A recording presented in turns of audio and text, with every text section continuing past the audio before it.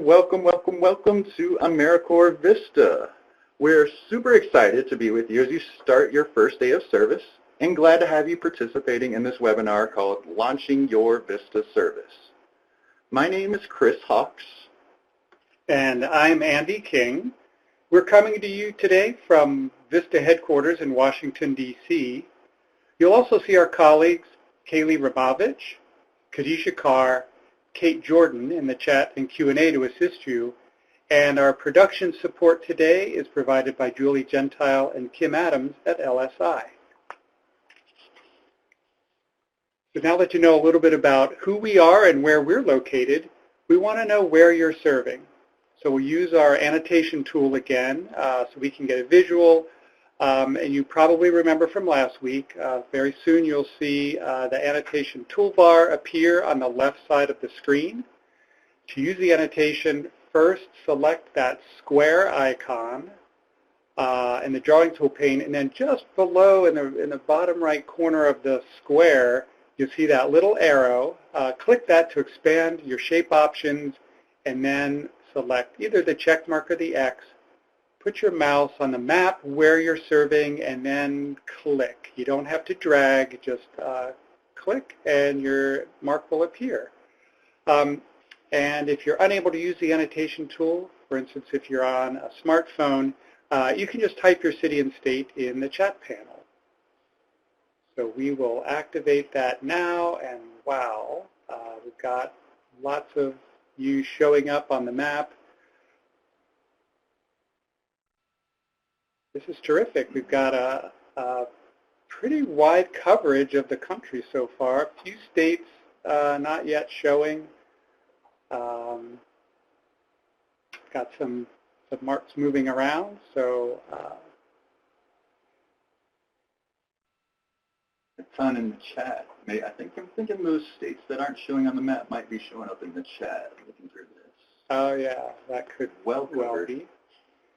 Yes, indeed. And then in some places we know that their Vistas all come on in one time frame, so that probably explains why we don't have a lot of folks in the upper plains states. All right, well, thank you all for participating. So as you look at the map, you can see that we've got Vistas all over the place, and maybe you'll see some check marks near you. Just want to remind you that you can connect with other Vistas through the Vista campus using the map feature there, as well as the discussion forums. Great. So now that you have a feel for where other Vistas are serving, all of these Vistas serving on the same date starting today all over the country, we want to go over the session objectives for today's webinar. So in this webinar, we are going to describe Vista's mission and the Vista program, review a few of Vista's recent accomplishments, identify people and resources that can support you throughout your Vista service, highlight some action items that are needing your attention today and in the coming days, and we'll also administer the oath of service. So Andy, you want to kick us off with that first objective? Sure thing, Chris. As we said, we want to welcome you to AmeriCorps Vista Service here on your first day. Today you're joining a national service program that has a really rich history. There's about 550 some Vista members who are starting service with you today. And around the country, there's more than 5,000 Vista members serving in rural and urban areas, all 50 states, and several territories and tribal nations as well. Volunteers in Service to America, or Vista, has been supporting the charge toward economic equity for more than 50 years. Our strength comes from the talent, motivation, and energy of our members, which, as of today, will soon include you. So let me thank you for stepping up to share your skills and passion to serve our communities. It's truly an honor for me to welcome you on behalf of the Vista program, and I hope you feel the warmth and support from us and from your fellow Vistas who are here on the session with you today. So now let's take a look at a few milestones in Vista's history that have led us all to this moment. So the Vista program was born out of the civil rights movement and the war on poverty in the mid-1960s. And social equity and economic opportunity remains our mission. Our first volunteers were assigned in 1965 to Appalachia, to Hartford, Connecticut, and to the camps of migrant farm workers in California. And President Lyndon Johnson, whom you can see in this photo, said to those first Vistas, "The initials of your organization spell Vista. It is an appropriate name, for you will be opening up new vistas of hope for the poor, achievement for yourself, and greatness for your nation." Fast forward about 30 years to 1993, and Vista joins AmeriCorps, becoming part of a national network of programs of the Corporation for National and Community Service, or CNCS. You may have heard of some of our grantees and partners, Habitat for Humanity, City Year, Teach for America, as well as the Rockefeller Foundation and Service Year. And that's in addition to the programs CNCS manages directly, like Senior Corps and AmeriCorps. And within AmeriCorps, there are AmeriCorps NCCC, AmeriCorps State National, and AmeriCorps Vista. You're joining the ranks of over 220,000 Vistas that have already served. And Vista alums have gone on to make significant contributions in other ways, such as serving in the U.S. Senate and the House of Representatives, heading up a local Chamber of Commerce, founding and leading nonprofit organizations, hosting a program on NPR, and even writing a series of books called A Song of Ice and Fire, which some of you may know as the television series Game of Thrones. And that's just to name a few. And we know that the Vista program is committed to economic equity, but if someone were to ask you what Vista's mission is, how would you explain it? What really makes Vista unique in the federal government? So we're going to start with this, which is our elevator speech. The Vista program strengthens organizations that alleviate poverty through the mobilization of volunteers and resources. So let's talk a minute about organizations that seek the support of the Vista program. Many nonprofits are really under-resourced and understaffed, particularly when you consider their mission. They are staffed by innovative, hardworking people who are making things happen with very few resources. Often, organizations turn to Vista for assistance in strengthening their infrastructure or developing processes or generating resources maybe. And if they already had everything in place, they wouldn't need a Vista. So the role of the Vista member is to support the organization's mission by providing solutions that enhance efficiency and build capacity by raising money, developing systems, recruiting volunteers, and really creating that lasting change. So by serving at a sponsoring organization, you are essential to Vista's mission of strengthening organizations. In addition to our mission, there are 4 principles that really underpin the program. So first, ending poverty. Every Vista project and every Vista member aims to end or alleviate poverty one person, one family, or one block at a time. And then we have empowering communities. In contrast to kind of parachuting in and doing good things for people, Vista members live among and involve community members in planning and carrying out that project. This is often facilitated by your sponsor, but strengthening and improving the community is our long-term goal through learning about values and beliefs and applying good community development principles. Third up, we have creating sustainable solutions. Whatever you develop or create, whether it's a process, a system, or resources, you will develop them in such a way that people will be able to use them once you're gone. And then we have building capacity. All Vista members aim to either increase the size of a project or increase the number of people served or improve the project's efficiency or maybe improve the project's impact on the community. That is how we measure capacity. So we're actually going to spend a moment going over that last one, the capacity building, and what that really looks like. So in the Vista Mission and Program tutorial that you completed, you learned that your Vista service should focus on building the capacity of your organization as opposed to performing direct service. This is a unique aspect of the Vista program which sets it apart from all the other AmeriCorps programs. Quickly, capacity building in essence is about helping your organization to do more with what they have so they can serve more people or operate more efficiently. Direct service, on the other hand, is about providing tangible assistance directly to those who need it. So to make sure you understand and have a good feel for what we're talking about, we're going to play a quick round of this or that to explore the differences between capacity building and direct service. For this activity, we're going to use the annotation tool again,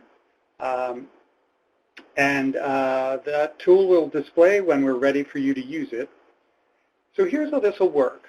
I'm going to read a service activity aloud, and using your annotation tool, you're going to click to indicate with a small x whether you believe the activity is capacity building or direct service. Remember, don't drag the tool, just click. And if you're on a cell phone or tablet, you can type your answer into the chat. All right, so first up. First, we have recruiting volunteers to build houses. So as Andy mentioned, you're going to want to place your X to indicate whether you think it's capacity building or direct service, recruiting volunteers to build houses. So we see the initial responses coming in. It looks pretty overwhelmingly on the capacity building side, although there are a few on direct service. Just going to take a look at the chat. A lot of capacity building there as well. Yeah. Okay. So we just give it another couple seconds to allow everyone a chance. And again, please try to avoid those large ones because it really covers up everyone's responses. So we want to kind of get an idea of the ratio of responses. So yeah, it definitely looks majority capacity building, and the answer is capacity building. So that's a good job for the vast majority. And the reason it's capacity building is because you are not directly building the house. You are developing capacity by recruiting volunteers who will be able to do the construction work and engage with the organization in other ways. All right, pretty good work on that first one. So how about delivering meals to seniors or people with disabilities in their homes? Is it capacity building or direct service? All right, and just as we start, looks like pretty much everyone is in the direct service category.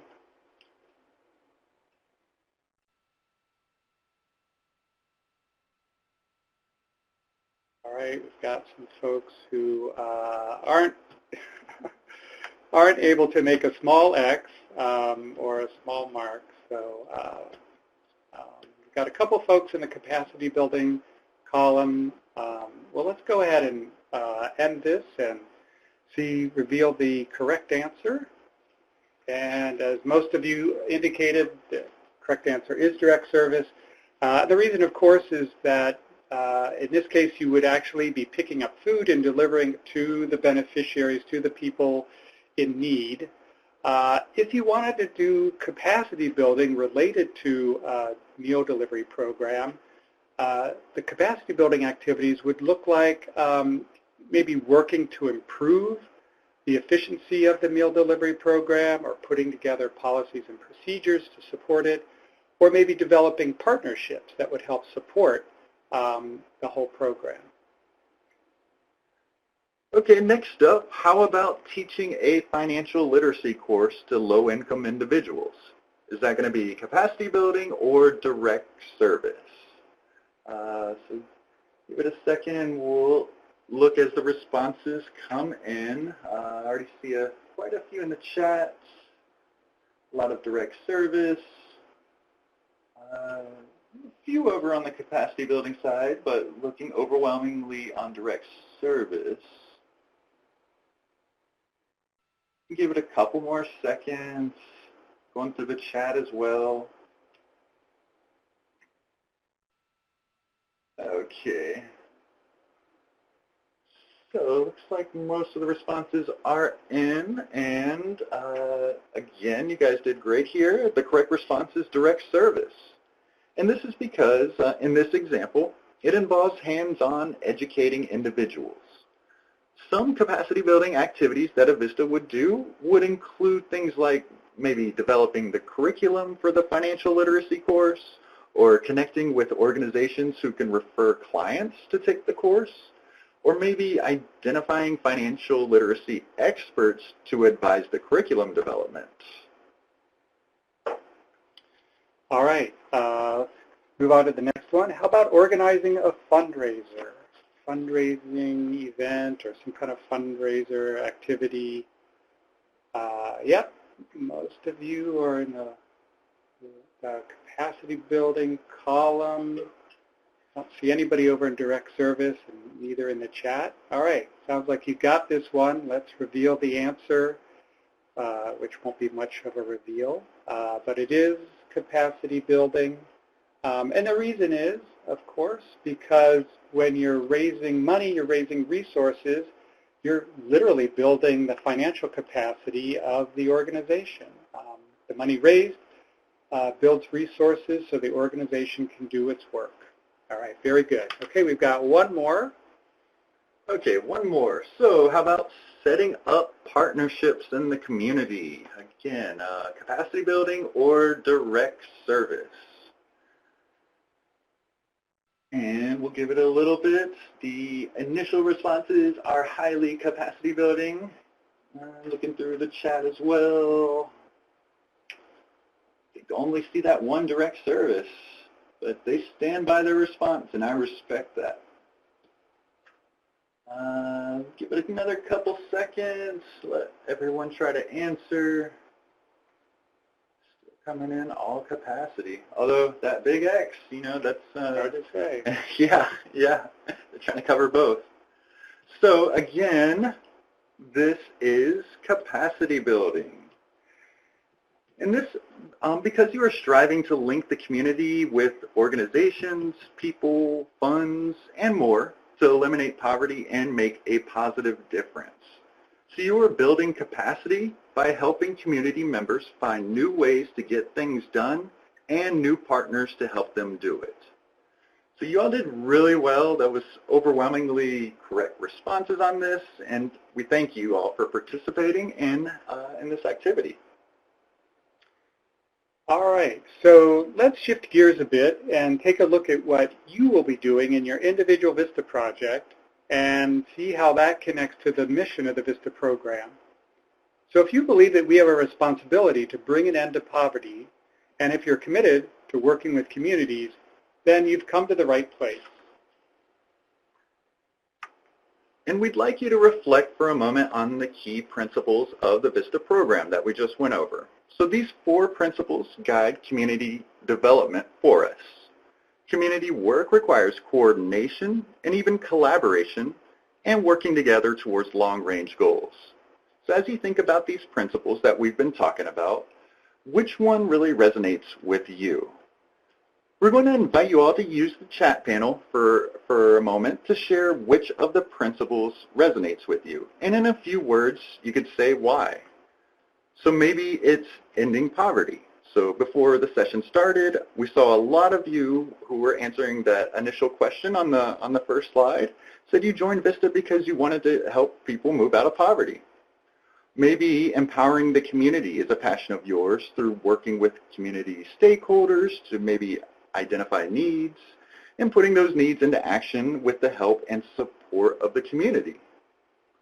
Perhaps capacity building is at the heart of who you are and what you do. Maybe you see a project and can identify a plan to increase its effectiveness and engage more individuals. Or perhaps sustainability is something that drew you to your Vista position. Maybe you have an eye for processes and developing them in such a way that could be used once you've left your Vista position. So we're going to give it a second as we look through the responses that are coming in. Looks like they're coming in really fast. Yeah, it's hard to keep up with so many people on the session, but there's a real variety here. But I have to say a couple that have stood out, seeing again and again, empowering the community, which of course is always, really gratifying to see, as well as the capacity building. And maybe because we were just talking about that, it's fresh in people's minds.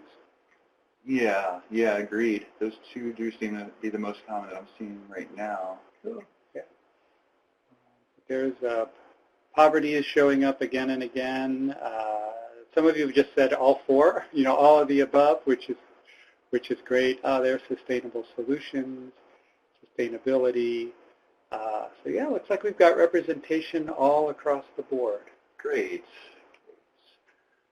And the good thing is that all of these, so the person who said all four, all of these are important, and all of them are useful. So hopefully as you look at what you will be doing as a Vista, you'll be able to pinpoint activities that touch on some or all of these key principles. And you'll be able to talk about how to sustain the work you're doing by building capacity, empowering communities, and how these efforts contribute to ending poverty. And progress in this type of work is slow and incremental. And it's important to know that our work isn't just about fixing stuff. It's about sharing perspectives and skills as well. The results of your work as a Vista member may not be apparent immediately nor happen overnight, which at times may seem a little frustrating. But once you step back, you just kind of take a step back through the middle of your service or even after your service, you're going to be able to see the larger changes that have resulted from your work. So let's focus now on what you will be doing as a Vista. And the best way to do that is by reviewing your Vista assignment description, or VAD. Each Vista has a VAD that was created by the Vista project. You might have received your VAD during the interview and selection process, or perhaps your supervisor gave it to you today. If not, if you don't have it, you can download it from your account in My AmeriCorps. Now, every VAD, every Vista assignment, includes the following three elements: a project goal, several objectives, and then a number of member activities. So the project goal is related to or identical to the overall goal of your Vista project. The objectives describe what you will achieve by the end of your service year. The objectives are a bridge between the project goal and the member activities. And the member activities specify what it is that you will be doing this year. Those activities should add up to the objectives and the objectives to the goal. Each of you has your own VAD, no matter how many of you may be serving or have served at the same project. Now, because the VAD is your work plan for the year, we strongly recommend that you focus on it with your supervisor in the next few weeks, and then that you refer to it again and again throughout your year of service. There's a worksheet. It's part of your early service coursework, which you'll find on the Starting Vista page of the campus. And this VAD worksheet can help you tease apart the various elements of your VAD. It provides a nice framework for you and your supervisor to discuss your tasks step by step. So it's a good idea to download the worksheet and start filling it out. That way you'll be well prepared to discuss your assignment description with your supervisor. If you don't already have a meeting set up with your supervisor, here's a good reason to schedule one. But that is a great place to start a conversation about your year of service. And this is the week you should be introduced to your Vista supervisor, to other Vistas, if there are any others on your project, as well as to the staff and volunteers of the organization who you may be working with throughout your year. And we'd like to hear from you all again. So you see this question, this chat question on the screen. So based on what you know about your VAD, what will you be doing as a Vista? What steps or tasks or activities will you be doing to help eradicate poverty, build capacity in your community, and in your organization? So we'd ask again, please type your answer in the chat panel so that others can see. And this can be just a couple of words, or it could be a brief sentence if you like, you know, as brief or descriptive as you would like. But we really like this part. We would like to see what you all these new Vistas, you're all starting today. We want to see what you will be doing out there in the field. So we'll give it a second, kind of looking at these answers. Again, we have a bunch of Vistas starting, so these answers are coming in and coming in quick. But let's take a look. Yeah, I've seen lots of stuff. A bunch related to education, K through 12 civics education. Here's a volunteer program in a school setting. Food security, helping refugees, working on social media marketing development. Wow. Creating handbooks for volunteers and descriptions to help out the organization.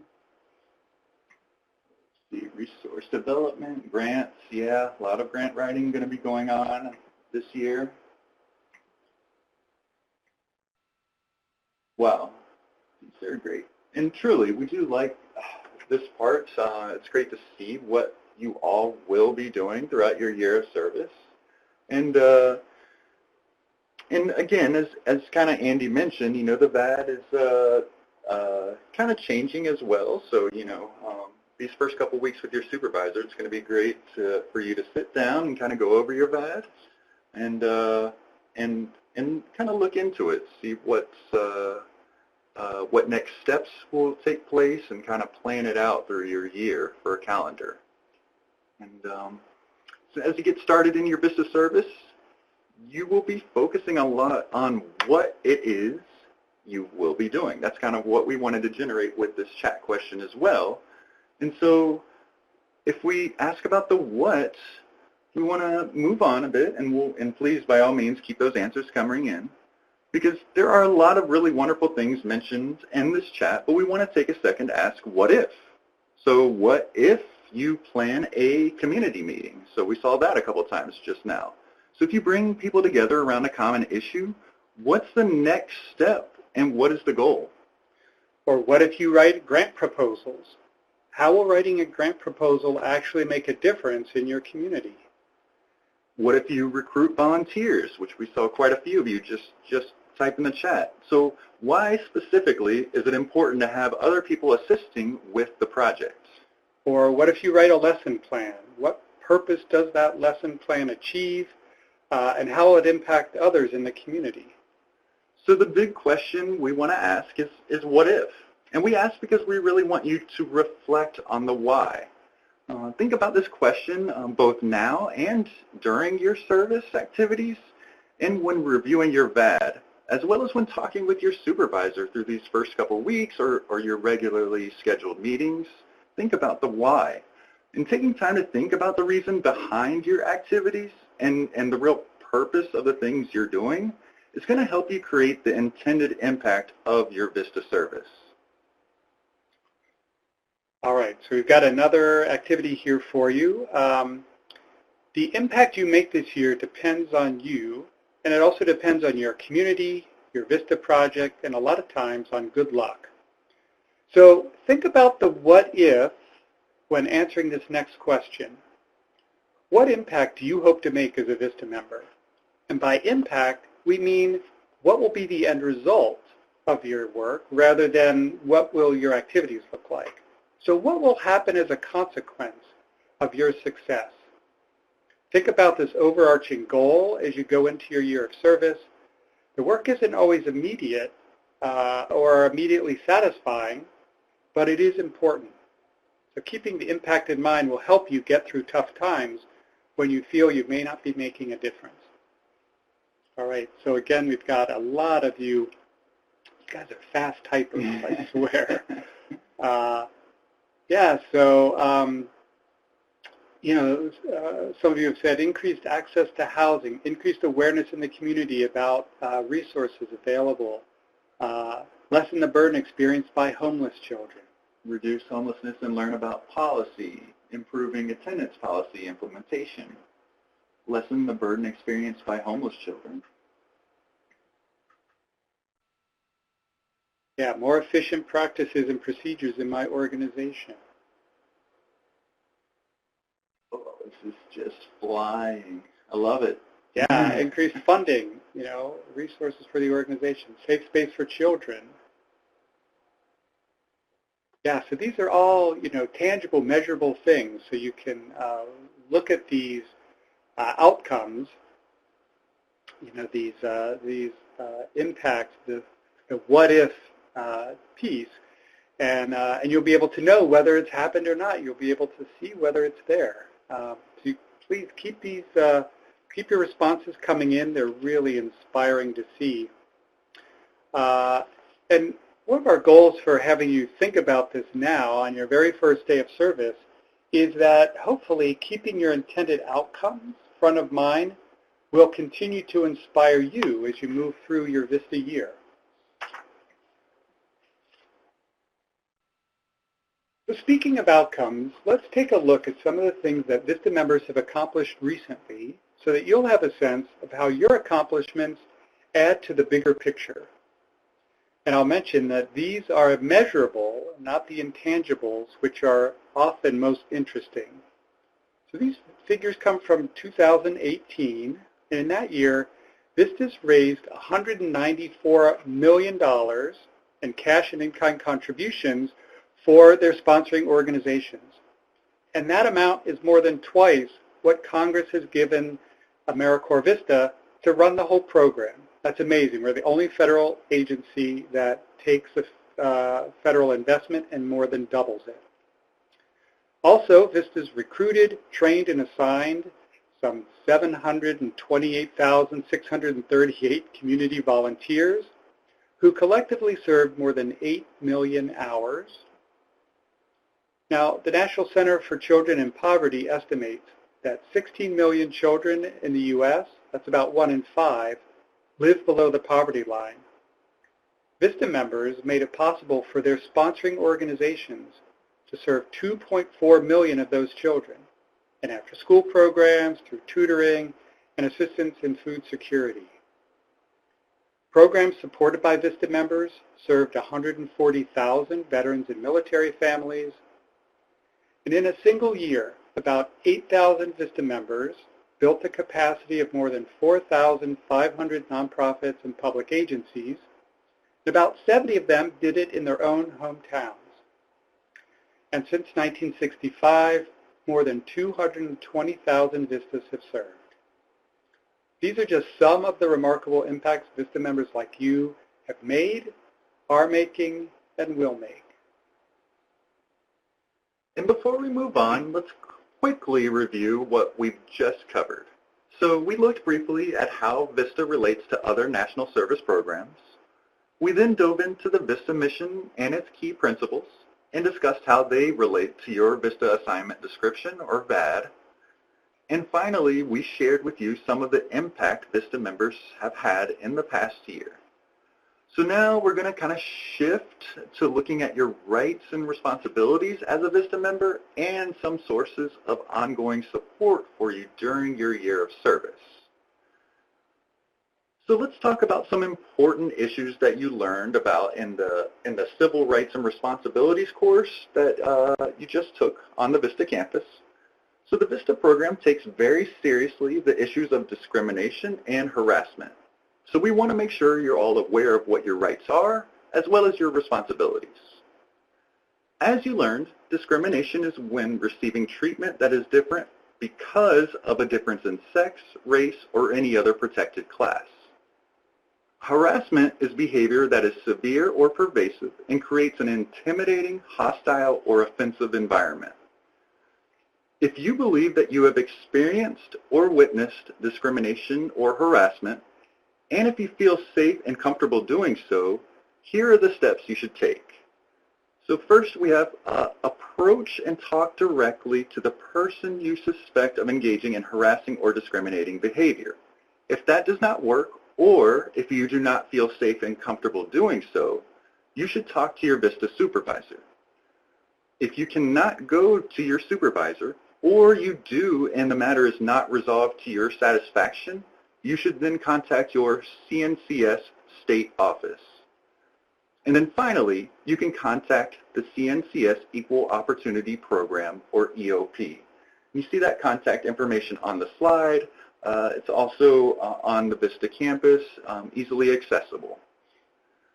And rights go hand in hand with responsibilities. So while you have the right to a service experience that is free from harassment and discrimination, you also have the responsibility not to subject anyone to harassment or discrimination.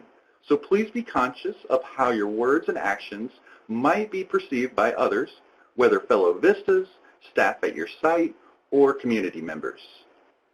As a reminder, the contact information you see on the slide, again, it's included on the campus. It's included actually in the handouts for this session as well.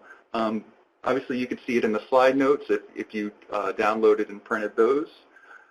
You will also find it in the Vista member handbook as well. And AmeriCorps Vista is a federal program, and like anything supported by taxpayer funds, we need to ensure that the program is well run, doing what it's supposed to, and spending money wisely. And like all federal agencies, CNCS has an Inspector General whose office is responsible for preventing and detecting waste, fraud, and abuse. Most Vista sponsors are familiar with the rules and do a great job of following them. But sometimes things can get off track, and there are a few red flags that you should be aware of. So if you are being asked to take over the work of a staff person, say someone who might be out on extended leave, or who may be on just out for a long period of time but expecting to come back, that is considered replacing staff, and it is not allowed in Vista. Or if most of what you're doing might be administrative work, support for someone else, that's also not appropriate work for a Vista member. You should be focusing on the things that are outlined in your VAD, which ties directly to your overall project plan, and that was approved by CNCS. So that's why we always stress the VAD. Finally, the majority of your work should be capacity building and not direct service. From your coursework and today's activities, you now have a good idea of how to distinguish between the two. You all did really great on those activities, so you know it like the back of your hand, it looks like, already. So be sure you're focusing on capacity building throughout your year of service. If you feel you are being asked to do things that are not appropriate for Vista members, we ask that you first talk about this with your supervisor. From there, you can talk with your CNCS state office. If the issue isn't resolved, or if you wish to remain anonymous, you can contact the CNCS Office of Inspector General. You see that contact information here. Again, that's also in the handouts to download on the Vista campus, the Vista member handbook. You can locate that information. And again, this is one of your responsibilities, to say something if you see something. All right, and speaking of responsibilities, here's one more thing that you're responsible to do. We mentioned last week that you will need to submit a set of fingerprints so that we can run a background check. We do this, of course, to protect the community members and the volunteers that we work with, yourselves included. So let's talk about how to get fingerprinted. Your supervisor has your fingerprint kit, and the kit includes 2 fingerprint cards, a disclosure form, a set of instructions, and you will also get a UPS label that you can use to ship your fingerprints back to us here at Vista headquarters. Now, you're responsible for getting fingerprinted and submitting your fingerprints to us here. You can go to a local police station, a sheriff's department, or other fingerprinting location and bring the fingerprint cards with you. Your prints have to be submitted in ink on our cards. We cannot accept electronic submissions or a fingerprint report. We need the actual prints. The Vista program will provide you with a $25 fingerprinting subsidy, and that'll be included in your first living allowance payment. You have 30 days to get your fingerprints in to us, but please get it done as soon as possible. The deadline that your fingerprints have to be received here is Wednesday, September 4th. And you should know that if you fail to submit your fingerprints on time, it could result in separating you from service, so please don't let that happen. And if you find out your supervisor doesn't have a fingerprint kit, or the shipping label is missing or something like that, your supervisor should contact the CNCS state office immediately to get them. Now, the other part of this process is comparing the background check results that we get to what it is that you disclosed when you filled out your AmeriCorps application. Now, you might recall that when you applied, you were asked if you had ever been convicted of a crime. It's possible that you didn't disclose, everything in your history on your AmeriCorps application because you thought you needed to only include recent arrests, or because you thought a DUI is a minor traffic violation, or something happened when you were a minor and it was expunged. But if you fail to disclose any conviction in your AmeriCorps application, then you need to fill out a member disclosure form that's included with the fingerprint cards, and you send it in as instructed. So then when your FBI report comes back, we'll compare the results on the report to your disclosures in both your application and on that disclosure form. If everything aligns, you won't hear from us, and you'll be fine. A minor offense with no relation to your assignment will generally not bar you from service. However, if there is a conviction that you have not disclosed to us, that could be grounds for dismissal, and we'll have extensive follow-up with you. All right, so that's kind of a heavy topic. On a much lighter note, one of the greatest things about being part of AmeriCorps Vista is showing off your Vista pride. You never know how or where you might make a connection with someone who knows about the program. So we invite you, we ask you, encourage you to put the AmeriCorps Vista logo on your business card, in your email signature, make sure that it's on your organization's website and brochures. The more visible you are, the more support you'll get for your project and for the AmeriCorps Vista program as a whole. And that, in the end, can mean more Vista members and more communities doing the work that needs to get done. The helpful links handout that you can download from here includes links to business card templates, publications, and gear that you can use in your office and to represent Vista out in the field. And don't forget to take pictures of your service and share them with us through our Twitter and Facebook accounts. We may well share your story or retweet your photo. And probably the most exciting thing, you're going to receive an email with instructions on how to order your free, yes, free, Vista polo shirt, lapel pin, tote bag, a t-shirt, a water bottle, and a journal. That email will come in about 2 weeks once everything in your account has been verified, your oath form is submitted, all your forms and courses are completed, and your account is activated. So stay tuned, watch your inbox for that email. So let's recap some of the many sources of support for Vistas. You already all know about My AmeriCorps and the Vista campus. And this graphic is a reminder of that list of resources document that's on the starting Vista page of the Vista campus. Also, a direct link is available to download in the helpful links document in this webinar and the handouts panel. So whether it's questions about sick leave or healthcare benefits, pay schedule, or policy, this list points you in the right direction. It really is a good one to have on hand, whether you need to print it out or just save a copy maybe to your desktop. It's a quick go-to guide and list, and it's really great.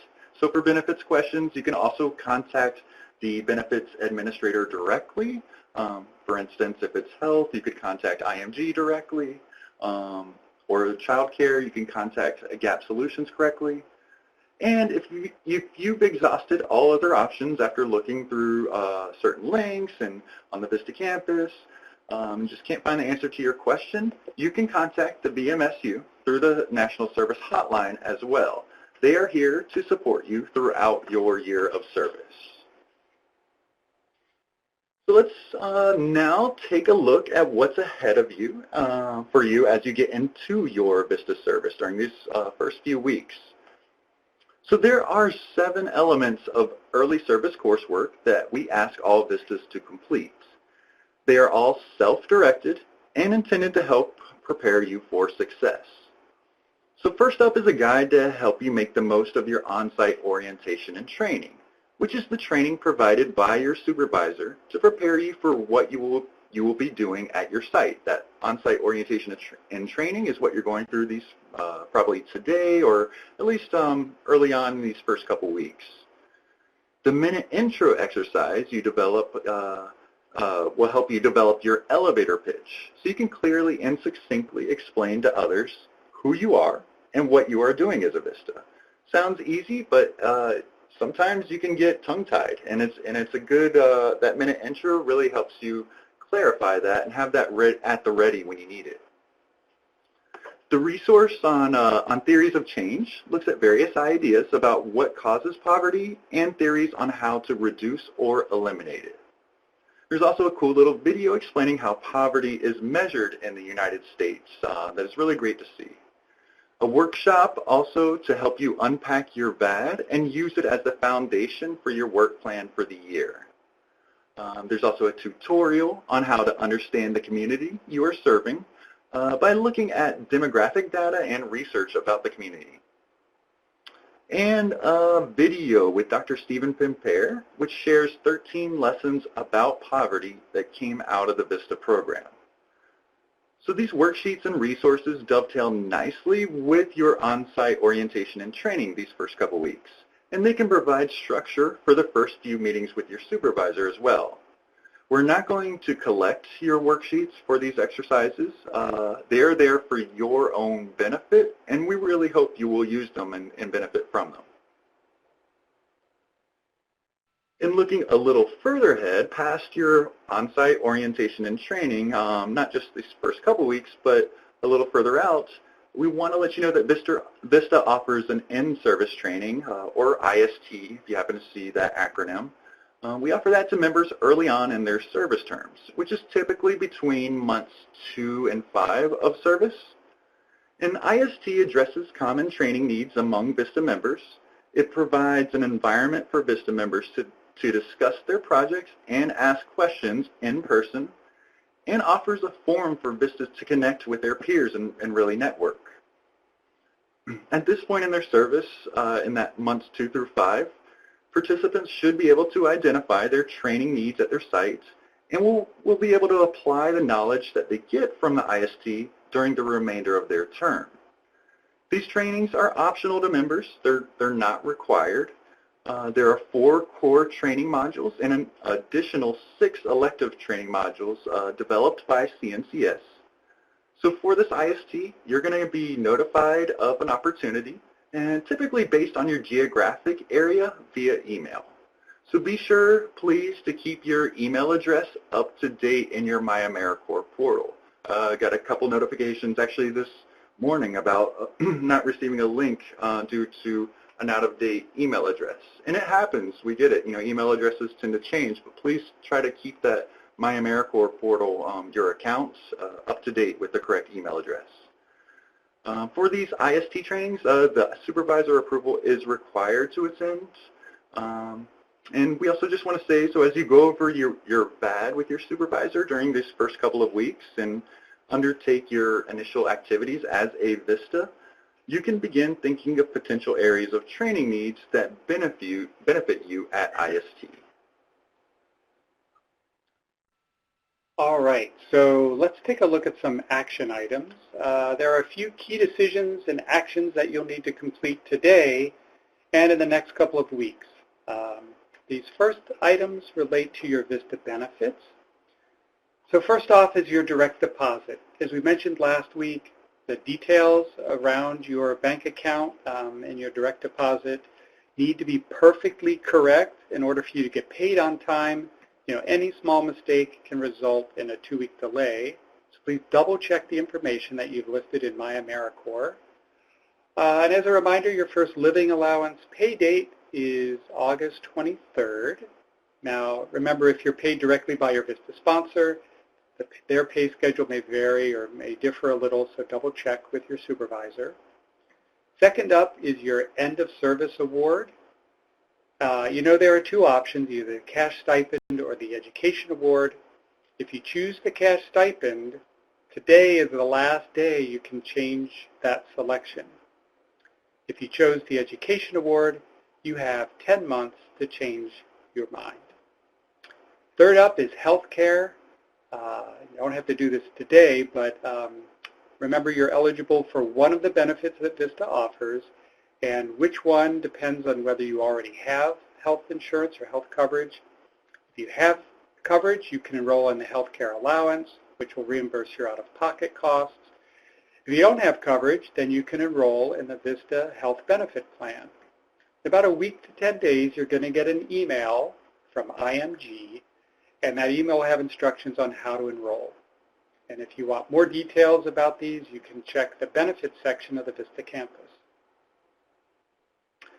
Now, there are a few other action items that you'll want to work on over the next couple of weeks.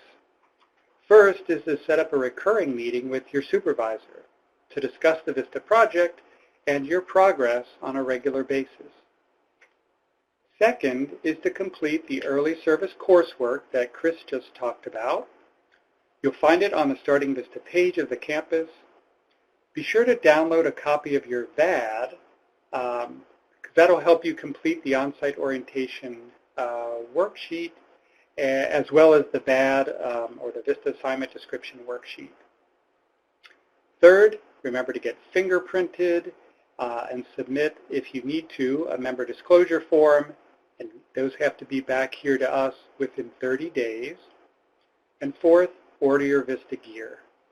Again, you'll get an email with instructions for how to order it, and that'll come in about 2 weeks.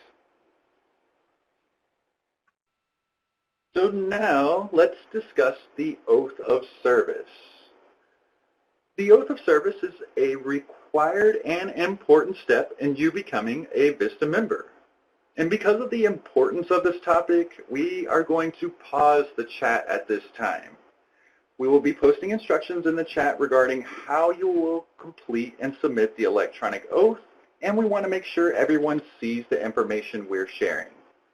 Once we're done with the oath, we will open the chat back up to comments. If you have any questions at this time, however, you can certainly still type those in the Q&A, and our team will either answer them as soon as we can, or we can hold them for the end of the webinar. For some of the more common ones, we might just hold them to the end and answer them so everyone can get an answer all at once.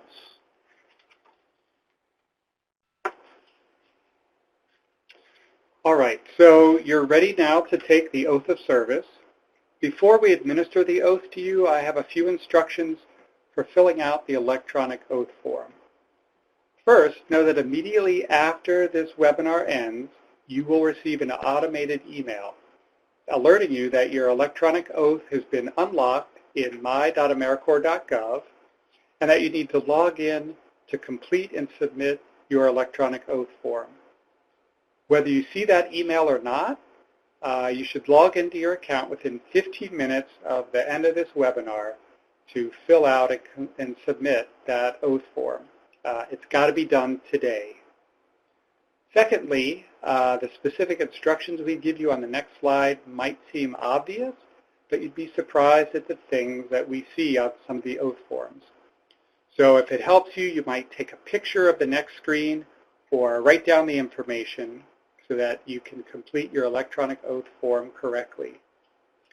Failure to submit a correct electronic oath following these instructions is going to result in a little bit of a delay of us activating you as a Vista member, and that could delay some of your benefits going into effect. So pay close attention, and I'm sure you'll all do it great. All right, so here are the instructions. First, for the day of your first day of service at your project site, you're going to enter today's date. That's August 5th, 2019. For the name of the CNCS official who administered and witnessed the oath, you're going to enter Chris Hawks. That's C-H-R-I-S H-A-W-K-E-S. Please take note of the correct spelling so that you can type this into the oath form correctly. And then in the electronic signature field, type your full legal name. Type it so that it matches the full name that you used in your AmeriCorps application. It's what you'll see there on your account. Check the box under electronic signature to verify that this is a legal signature on the electronic oath form, and then click the submit button. It's that easy. Remember, it's critical that you do it correctly and that you submit this oath form today. And just be aware that if any of the information is not correct, it won't be accepted and it'll be sent back to you to redo it. Okay, so now that the logistics are out of the way, let's consider the oath you're about to take, because you shouldn't take it lightly. This is the same oath taken by all federal employees up to and including the Vice President, whereas the President's oath is a little bit different. And in the oath, it includes the phrase, to defend the Constitution of the United States. So let's talk about the word defend. This is not a call to arms. For some, in some positions, it may be. But for most of us, defense of the Constitution may just be the opposite of using arms. We're pledging to defend the document that contains our civil rights. It also includes the phrase, against all enemies. So looking at the word enemies. In the context of Vista, the enemy is poverty. And then two more things about the oath. First, you may replace the word swear with the word affirm if you so choose. You may also omit the phrase, so help me God, if you wish. I want to recognize that since we're all in different locations around the country, scattered in so many sites and so many locations that you all saw from that Vista map, that first activity we did on this webinar, that we don't have the benefit of really hearing each other's voices as we recite this. But it is pretty cool to know that as you're taking the oath, there are roughly over 550 of your fellow Vistas around the country are doing the same thing at the same time all across America. So it may seem, I know some of you might be with other Vistas, but for those who may not be, maybe the only Vista at your site today, it may seem a little awkward to recite the oath aloud if you're by yourself and or maybe your supervisor there, or maybe no one's there. Maybe it's just yourself. But really, you're taking the oath for yourself. So we want you to do it for you and make it count. So now we're going to ask everyone to please raise your right hand and recite the oath aloud along with me. So I do solemnly swear that I will support and defend the Constitution of the United States against all enemies, foreign and domestic, that I will bear true faith and allegiance to the same, that I take this obligation freely without any mental reservation or purpose of evasion, and that I will well and faithfully discharge the duties of the office on which I am about to enter. So help me God. All right, congratulations. Yay! Hooray! So now that you've taken the oath, you are officially a Vista member. So congratulations on joining as the newest group of AmeriCorps Vista members. Now to make this official and to get all your benefits and living allowance and all that stuff going, there are some important next steps. So as I mentioned earlier, in your account in My AmeriCorps, the Oath of Service form is going to be unlocked in your account, and you'll get an automated email. That's going to happen after this webinar is over. So don't spend your time trying to do it right now. It's not available. After this session ends, it'll be unlocked. You'll get an automated email, and you can then go into your account and certify, fill out your form, and submit it. You can, you'll have to log in, of course, to your account. It's my.americorps.gov. On the left, you'll see a new menu option for oath form. Fill that out as we've already discussed and submit it. And as a reminder, it must be submitted with the correct information by the end of today. So hopefully you can do it right away after this, but do it before midnight tonight. To make sure you've got the correct details, we're going to quickly review the instructions one more time. Today is your first day of service. That's 8/5/2019. Chris Hawks is the person, the CNCS official who administered the oath.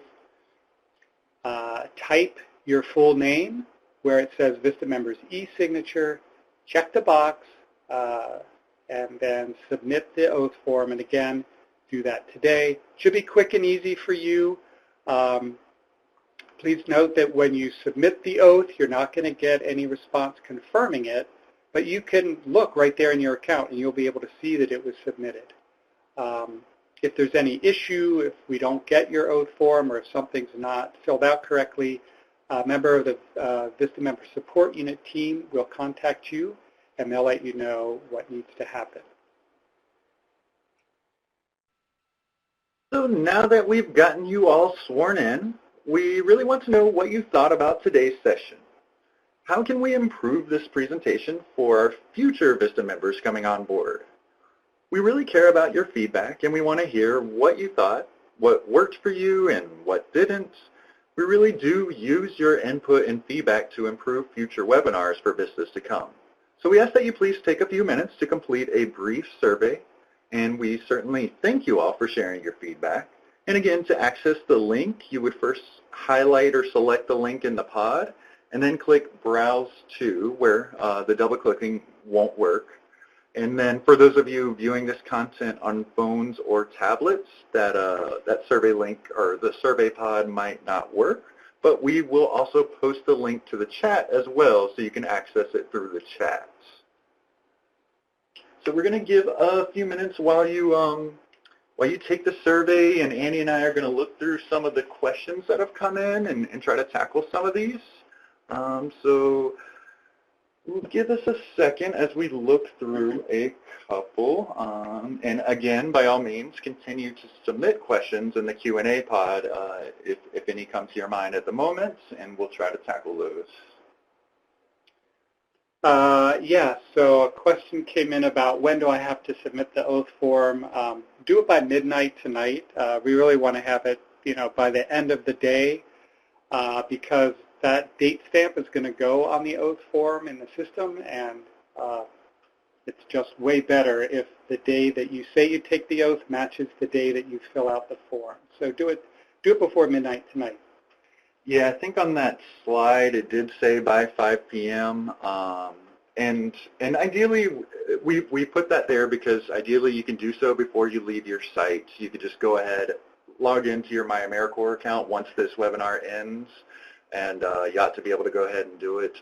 And that way you don't have to think about it when you get home. You do it while at work. You complete your oath. But as Annie mentioned, just the deadline is really by 11:59 p.m. this evening. A couple questions came in related to, when I was talking about showing your Vista Pride. So Munira said, are we provided with business cards? Well, that varies by site, so talk to your supervisor about that. And if they may have a standard form that they use for business cards, and we strongly recommend that you include in your title the words AmeriCorps Vista, so you might be a development associate or a volunteer coordinator, but you would be the AmeriCorps Vista volunteer coordinator, AmeriCorps Vista development associate. You can also add the AmeriCorps Vista logo to your business card. And so Shane had a question, how can we get access to the logo for your email signature business cards? So they are on the CNCS website. If you just go to nationalservice.gov and search logo, it'll take you right to the page. You'll see it come right up there. So we also link to it from the Vista campus, but it's great that already you're interested in including that in your materials there. And there are a few questions that came in during the fingerprint section, and I've seen a couple in the chat where they're saying that, you know, my fingerprint kit isn't here, or my supervisor hadn't heard anything about that. So if that's the case, so you should have a fingerprint kit on hand at your site today, provided by your supervisor. And that kit should have 2 cards and a return UPS label. And we're seeing a few questions come in saying, yeah, I have the kit, but I don't have the UPS label. I only have 1 card. If there's anything off with that, speak with your supervisor on it, and y'all will want to reach out. You hear the y'all. That's my North Carolina coming out.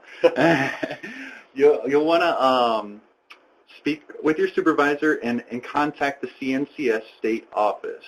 They can get you what you need if you're missing your whole fingerprint kit, or if you're just missing some part of it.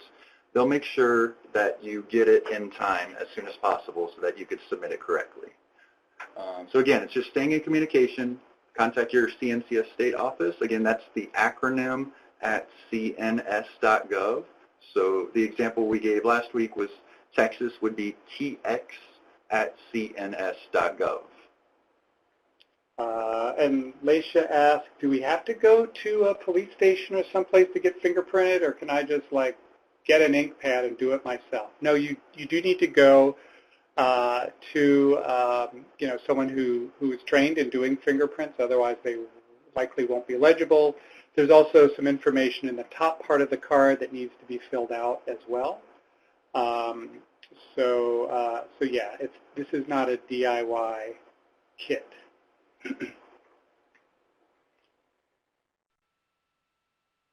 A couple other questions about what do I need to include on the disclosure form. So, you know, someone says, hey, I was a minor, you know, had some misdemeanor offenses, they were expunged. Do I need to disclose those? So the thing is, usually when that expunging happens or a record gets sealed, that happens at the local level, you know, at the county level or the state, wherever, you know, those charges were filed or wherever that court was. But typically, those charges were already reported to the FBI through the automated reporting system. And later, when the expungement happens locally, the FBI doesn't delete any of those records from their system. So you don't disclose it. It may come back on your FBI report, and then we'll follow up with you to say, hey, we see there was this thing 6 years ago or whenever. How come you didn't disclose it? So it's much easier to disclose on the paper form because all you need to do is give a brief description and the date. If we have to follow up with you, then it often means that you're going to have to provide documentation. So you have to get a court record or something like that.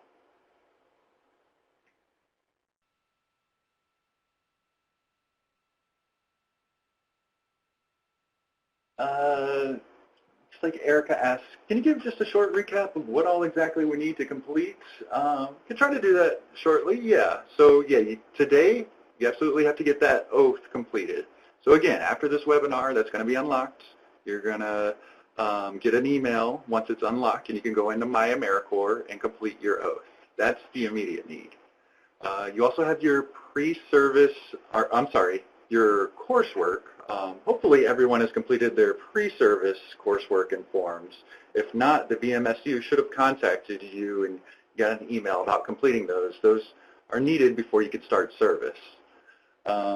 You'll also have, as we went over the early service coursework, those 7 items, those are self-directed that we recommend in your first 2 weeks on site, and you can work those in with your supervisor meetings as well.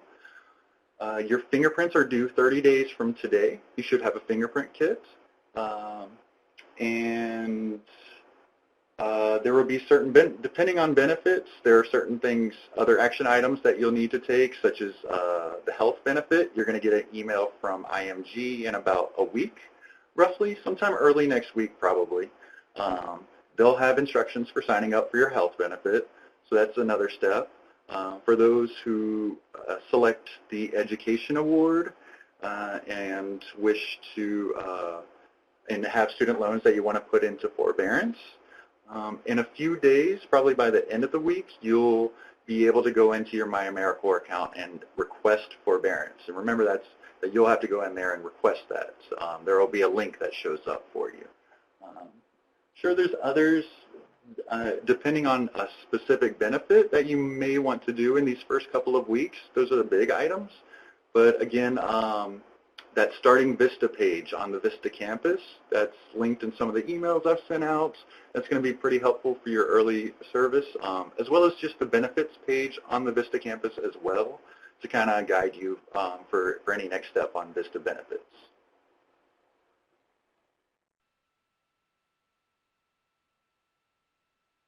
Also to note, if anyone, I know we went over it last week, for your end of service award, the education award or the cash stipend, hopefully you all have your decision made.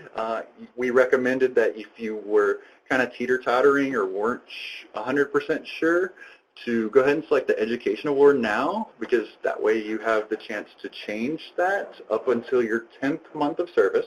Not until the end, but up until your 10th month of service, you could change your education award to the cash stipend. But the opposite is not true. If you have the cash stipend selected right now, then that is a done deal. There are no changes after this. That is it. So if you have any last minute thoughts, you do still have a few moments that you can make that change.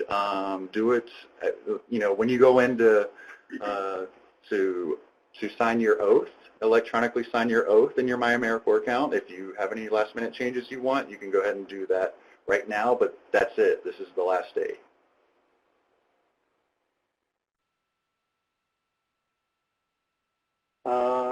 Let's see. A couple questions sort of relating back to last week's around the education award. So someone's Nicole asked, do we need to check with our loan provider before we request forbearance?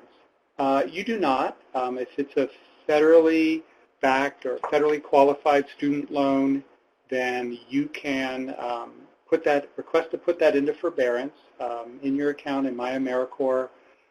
Again, your account will have to be activated, showing you as a Vista member. So you can't do that today. It'll probably take a few days because there's some 540 of you or more on this session.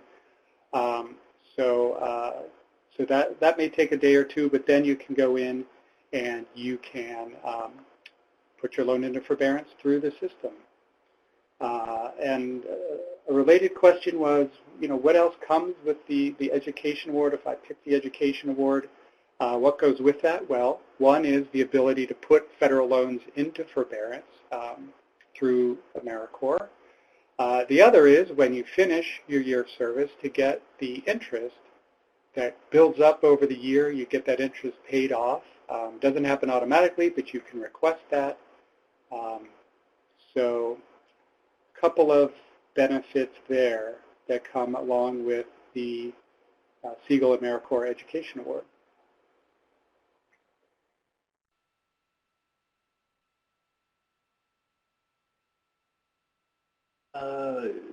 Looks like a couple questions.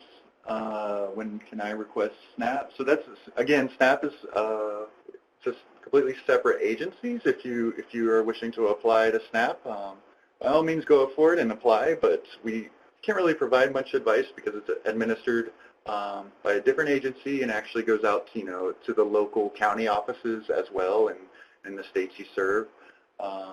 So you can, the question here was, when can I apply? I mean, you can go ahead and do that whenever you choose and whenever you like.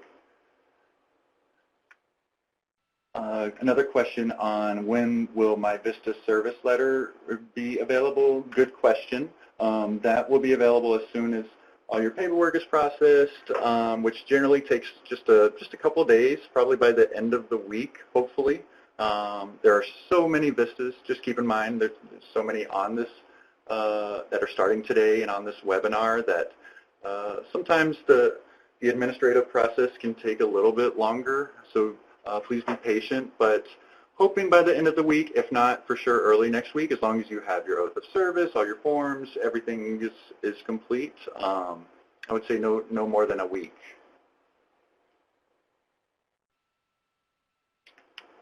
All right, so a couple of you are asking about the oath form. Again, it's not going to show up yet. It won't be unlocked and visible to you until after this session is over.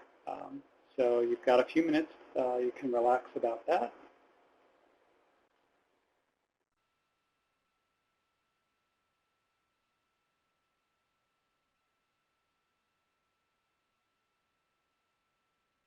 Okay, still looking through.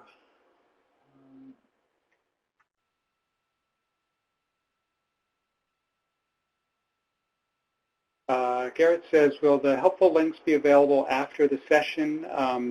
Well, if you want it, you can download it now from the handouts panel that's just below the chat to the right of the slides. Click the name of the file and then click the download file button, and you can save it locally.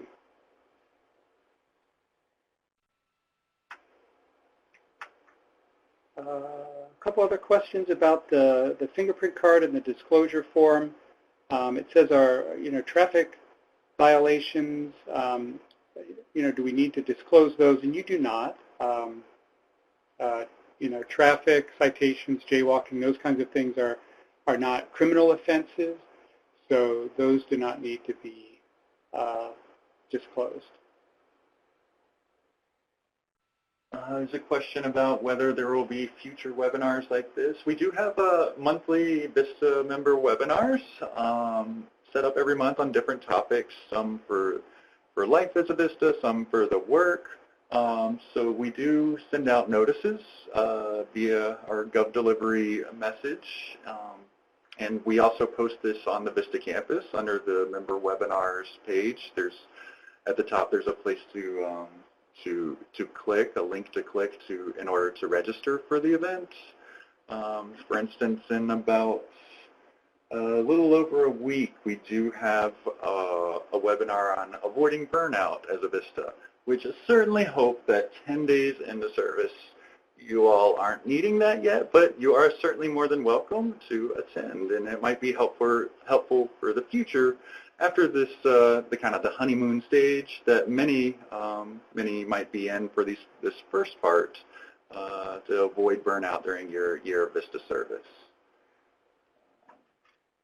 Additionally, I just want to go over, there are a couple of questions on the in-service training, various questions, but again, just wanted to point out, and well, I say again, I don't know if I mentioned it initially, but Vista does cover your travel for that. They're geographically based on where you're serving as a Vista. They're in person. Vista covers your travel. We'll get you a hotel room to meet up with other Vistas. It's a great networking opportunity, and the courses are really great. We have a good group of facilitators leading a lot of the sessions, and we've been receiving really good feedback, and it's highly recommended. But again, we'll reach out with an email on that in a couple of months. That'll be around in your first third of service, so months 2 through 5, roughly.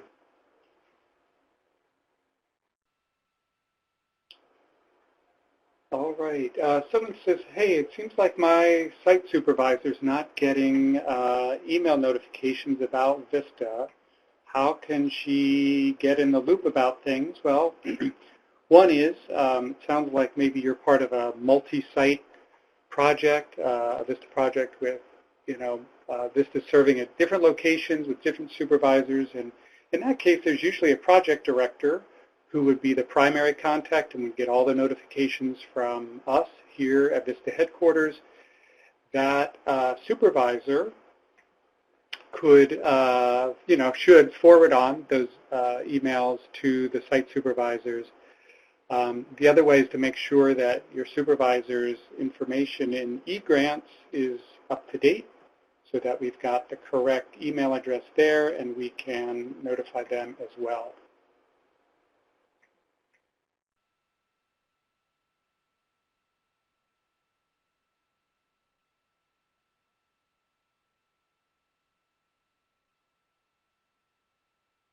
looking through.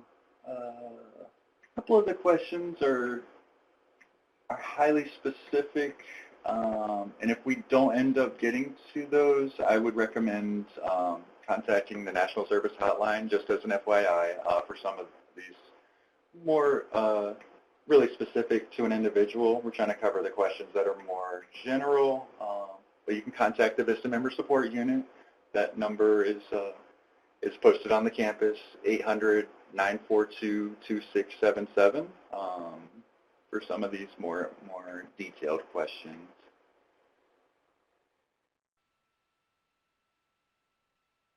And looking through, so what is the hourly rate? I think Andy might have gone over that, but yeah, Vistas are paid on a daily rate, no, not an hourly rate. So you can find that daily rate based on the county you're serving in.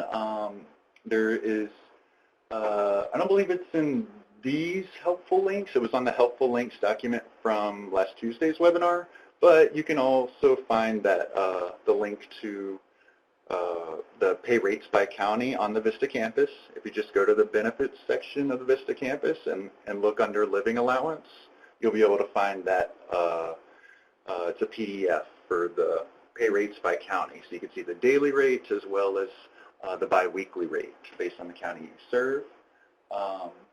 And there were one or two questions about how do I clock in and clock out. So how you clock in or sign in, sign out, or count your hours is based on your project. So that's something you're going to go over with your supervisor during these, well, maybe today, but at least, you know, during this first week of at your site, to go over some of those administrative details at your site.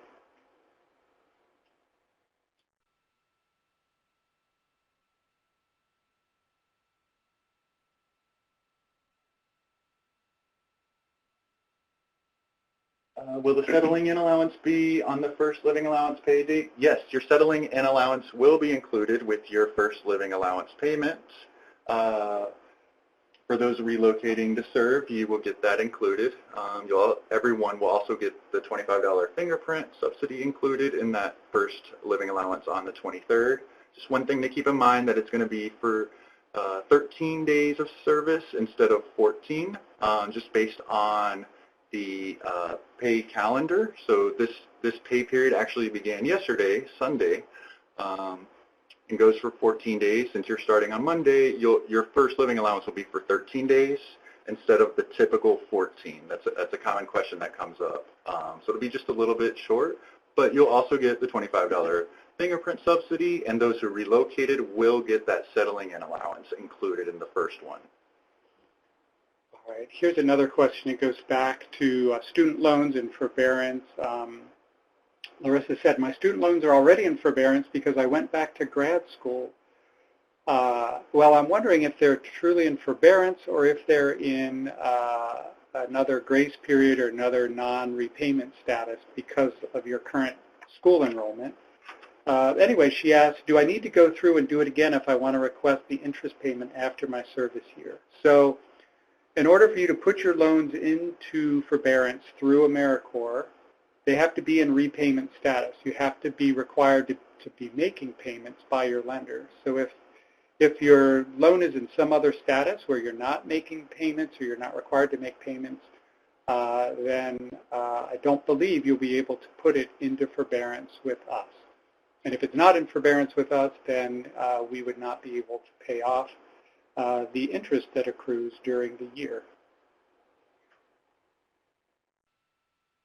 And since we're getting close to our 4:30 deadline, Andy, unless you see any quick questions, I think we're going to move on. You see anything coming up?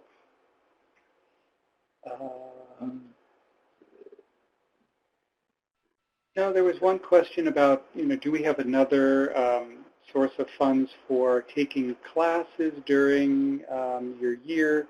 Well, no, we have the Education Award, but that doesn't become available to you until after you finish your year of service.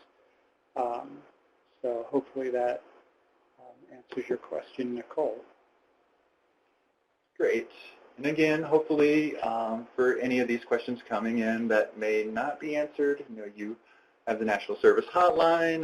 You can certainly, shoot me an email, and I could try to help as well. And you have your supervisor and your CNCS state office. They're all great resources through both now and throughout your year of service to answer those questions. So we are going to go ahead and wrap up this session. And we'll provide you with another quote from President Lyndon Johnson.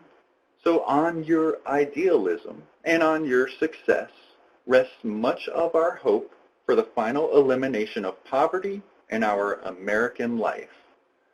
So we want to thank you all for your participation and welcome you all to AmeriCorps Vista. We wish you much success during your year of service and congratulations to everyone, sincerely. Yes, indeed. Welcome to Vista.